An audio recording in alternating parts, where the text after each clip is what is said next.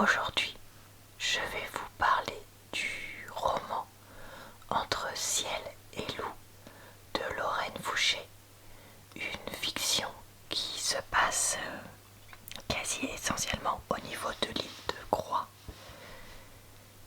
Comme toujours dans ce type de vidéo, je vais vous lire le résumé, vous lire quelques pages de ce roman avant de vous donner mon avis dessus.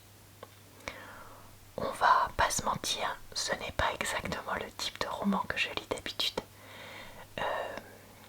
puisque c'est une fiction familiale française et c'est pas forcément le genre vers lequel je me tourne.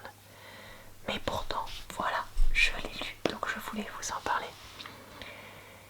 Vous pourrez retrouver d'ailleurs d'autres exemples de livres que je lis plus souvent en barre d'infos, commentaires épinglés et dans le in en haut de l'écran, puisque j'aurais mis le lien vers d'autres vidéos de lecture que j'ai faites, si jamais ça vous intéresse. On est donc parti pour lire le résumé. Bretagne.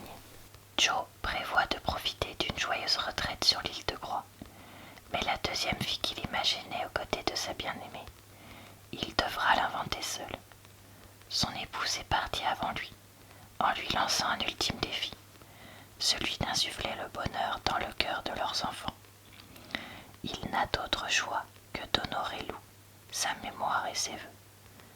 Entre un fils sur la défensive et une fille cabossée par l'amour, la mission s'avère difficile, mais réserve son lot d'heureuses surprises, car on n'est jamais trop tard pour renouer. En famille, on rit, on pleure, on s'engueule et surtout, on s'aime. Voilà pour le résumé. Passons à un extrait du roman pour que vous puissiez voir son style. 31 octobre. Joe, île de Groix. Je m'appelle Joseph, tu m'appelais Joe. C'est moi, au premier rang dans l'église avec les yeux rougis, le caban et le pull turquoise posé sur les épaules. Tu disais que les lys avaient un parfum à réveiller les morts. J'aurais dû t'en acheter. Tu avais le sens de l'amour, mais un sens de l'humour pire que les miens. Notre vie, tu l'as passée à me faire des blagues nulles. Je n'arrive pas à admettre qu'une femme lumineuse comme toi s'est éteinte. Il y a forcément un piège. Je vais tomber dedans quand? Nos enfants sont arrivés par le bateau. Cyrian a roulé depuis Paris avec sa femme, Alban, leur fille Charlotte et le chiot, Hopla, dans sa Porsche Cayenne noire qu'il a laissée au parking de Lorient. Sarah a pris le train en s'aidant de sa canne sans s'encombrer de son fauteuil roulant. Cyrian a tout géré comme il gère son entreprise. Il a choisi ton cercueil, s'est chargé de l'annonce dans les journaux et du livret de messe avec ta photo suffocante de beauté.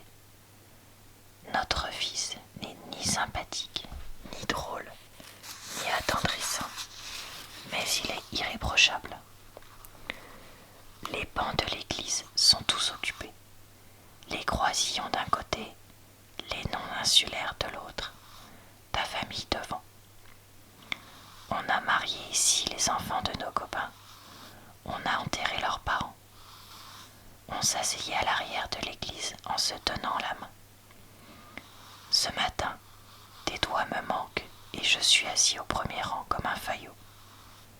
L'ex-voto de bateau qui se balance au-dessus de ma tête me fiche le mal de mer. Derrière l'autel, sous le crucifix, la grande ancre est flanquée de 2 anges placides. Le nouveau recteur, le père Dominique, officie en personne. Autrefois, on pouvait mourir tous les jours sur l'île. Aujourd'hui, les prêtres ne vivent plus ici à l'année. Tu es parti à la bonne date. Tu as le droit à une vraie messe.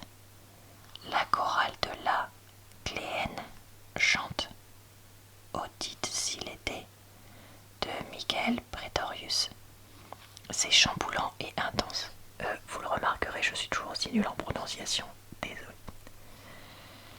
J'ai une faim de loup, de marin, de loup de mer. Une faim de loup, puisque c'est ton prénom.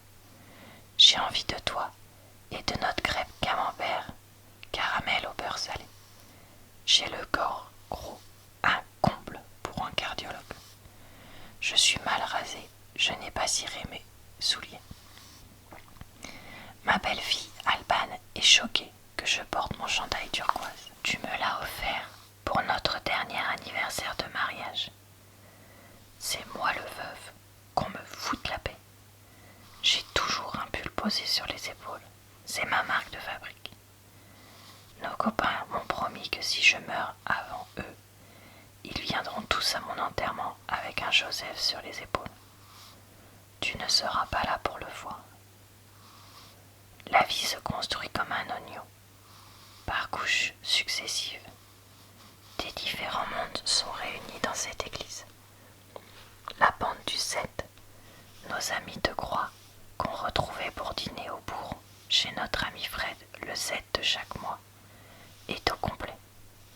Les adhérents de la SAFMD, la Société d'aide aux femmes de marins défaillants, que j'ai créée avec Jean-Pierre quand on bricolait chez les femmes des copains qui étaient sur l'île le week-end et repartaient bosser en semaine, sont là aussi.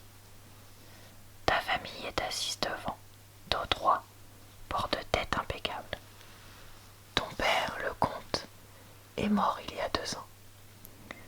Ta mère a disparu dans un accident de voiture quand tu avais 1 an. Tes sœurs aînées ont pris place comme les frères Dalton, par ordre de taille. Je ne les ai pas vues depuis l'enterrement de ton père. Elles sont restées au château familial. Moi, je t'ai kidnappé. Elles te ressemblent, sans les étincelles et les pétillements, les folies et les rêves. Tes amis d'enfance de l'école privée catholique sont là, fidèles. Je les repère à leur tailleur, foulard, mocassin ou ballerine. En cette saison, nos amis de Groix portent plutôt des vestes chaudes, des pantalons et des grosses chaussures. Tu t'étais investi dans le prix Clara, un concours de nouvelles récompensant des écrivains adolescents, publié au profit de la recherche en cardiologie. Des collègues et de jeunes lauréats sont venus de Paris. Voilà, je m'arrête là pour ma lecture. Alors, comme je le disais, ce genre de livre n'est pas du tout le genre de livre que je lis d'habitude. Et pourtant, je l'ai trouvé sympa.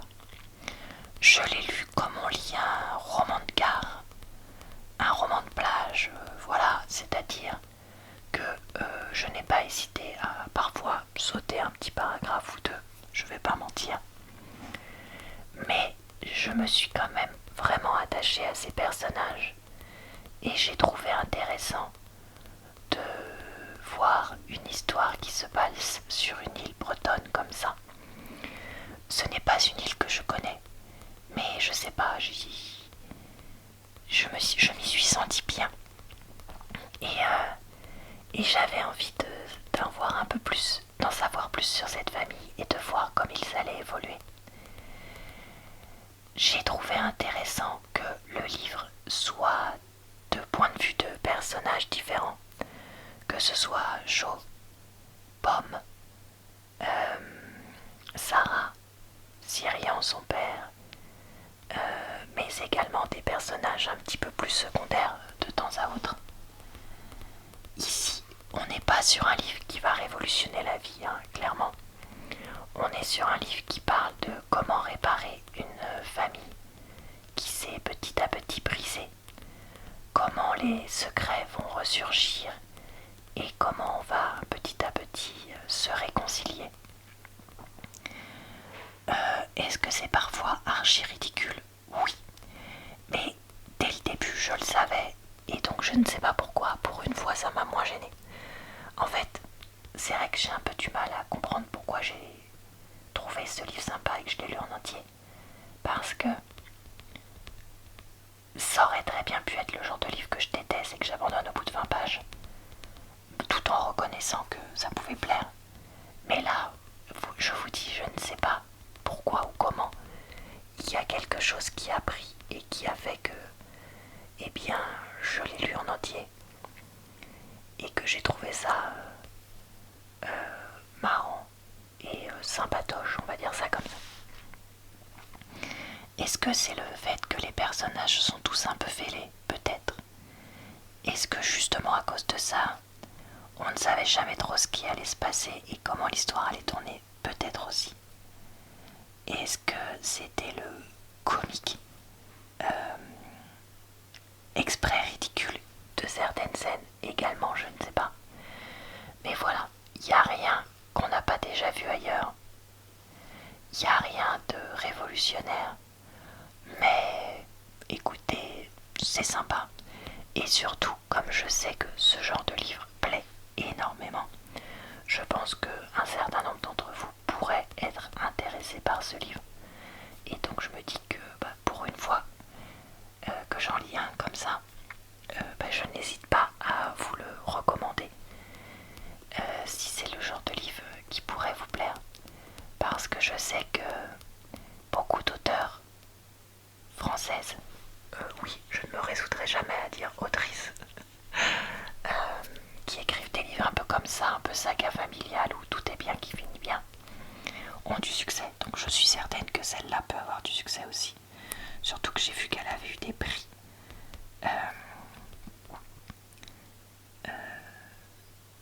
pour cette publication. Voilà.